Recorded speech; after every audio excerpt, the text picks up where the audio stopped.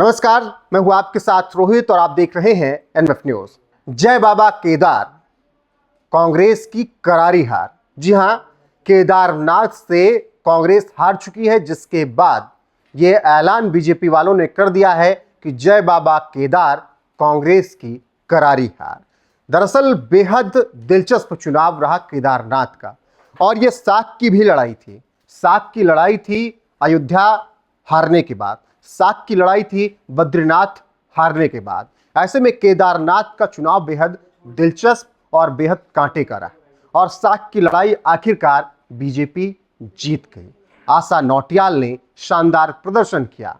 तमाम तरीके से कांग्रेस ने मुद्दे बनाए थे, जैसे कि रूट को डाइवर्ट कर दिया गया, दुकानदारों को परेशान किया गया, पानी पर टैक्स लगा दिया गया, लेकिन जनता ने कांग्रेस के झूठ पर विश्वास नहीं किया, जिसका नतीजा इस वक्त आप अपनी स्क्रीन पर देख रहे हैं।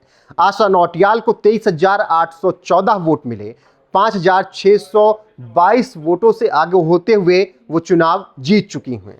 कांग्रेस के मनोज रावत को 18,192 वोट मिले। तीसरे नंबर पर त्रिभुवन सिंह रहे इंडिपेंडेंट, जिन्हें 9,311 वोट मिले।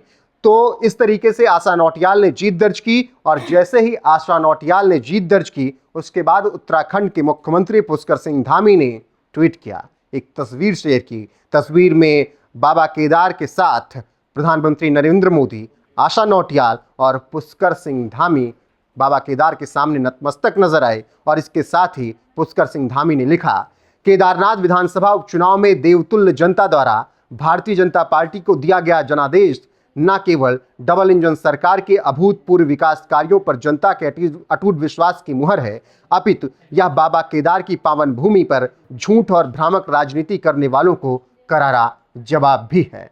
तो पुष्कर सिंह धामी, जो कि मुख्यमंत्री है उत्तराखंड के, उन्होंने यही बात कही कि कांग्रेस जो झूठ फैला रही थी, कांग्रेस जिस झूठ के सहारे 2024 में कुछ सीटें जीत सकी, उसी झूठ को वो केदारनाथ में लागू करना चाहती थी। लेकिन बाबा केदार ने आशीर्वाद हमें दिया, क्योंकि जनता ने कांग्रेस का झूठ पकड़ लिया। अब केदारनाथ में बीजेपी जीती क्यों, ये भी थोड़ा समझना होगा, और उसको मैं बताता हूं जब मैं ग्राउंड जीरो पर पहुंचा। दरअसल हुआ यूं कि केदारनाथ में कांग्रेस ने तमाम मुद्दों को परोस दिया जनता के सामने कि ऐसा हुआ, ऐसा हुआ, ऐसा हुआ, और कांग्रेस बीजेपी आपके खिलाफ साजिश रच रही है। जनता ने शुरुआत में विश्वास किया, फिर बीजेपी के लोग पहुंचे, उन्होंने बताया कि देखिए, रेल आज तक आपके पास नहीं पहुंची। पहली बार प्रधानमंत्री नरेंद्र मोदी ने यह सोचा कि रेल पहुंचनी चाहिए, और उसके लिए काम हो रहा है। 2025 तक रेल पहुंच जाएगी। इसके अलावा जो बताया गया कि केदारनाथ की यात्रा डाइवर्ट करके पहुंचा दी गई कैची धाम, इस पर बीजेपी वालों ने कहा कि कैची धाम पाकिस्तान में तो है नहीं, कैची धाम भी हिंदुओं का तीर्थ स्थल है, और वहां पर भी अगर कुछ लोगों ने दर्शन कर लिया तो गलत क्या था। फिर कांग्रेस ने कहा कि दुकानदारों को परेशान किया गया, उनकी दुकानें तोड़ दी गई, लेकिन उन्होंने ये नहीं बताया कि जिन दुकानदारों को हटाया गया उन्हें कहीं ना कहीं शिफ्ट भी किया गया। बीजेपी ने ये बातें लोगों को बताई, और आखिरकार रिजल्ट आपके सामने है।